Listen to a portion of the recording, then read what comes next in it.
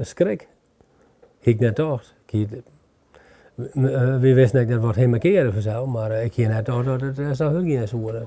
Ron Woods, maar dan is dit zijn handteken, Charlie. Rolling Stones drummer Charlie Watts is op 24 augustus verstorven. Hij was 80 jaar. De laatste jaren ging het mijn seizoenens al wat minder, maar dat hij versterren zou, dat hier Rolling Stones fan Eddie de Jong uit de Westereen net dacht. Het was toen 4 jaar hier keelkanker had.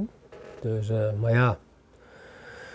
Hij zou nog met het laatste stukje in Amerika, zou er net meedoen, maar ik ken net toch dat er zo ziek weer dat er helemaal heen ging.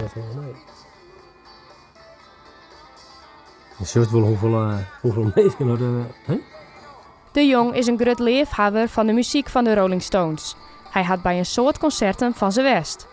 Oh, ik denk wel een stuk of 10 keer. Als ik in een gelegenheid weer, dan ging ik heen. Ik vond het prachtig mooi.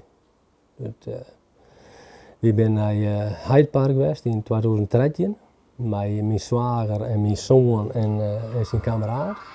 Dat was onvoorstelbaar prachtig mooi. De concerten gaan een soort indruk maken op Eddie. Dachts voor de drummer van de band nevens hem net zo bot op. Teruggetrokken. Ik bedoel, soms dan lieten ze hem wel even ontwoord en dan laat ik die oren uit. Want deze man die hier dat net, die koer net, die weer net heel begaafd in gesprekken en grapjes.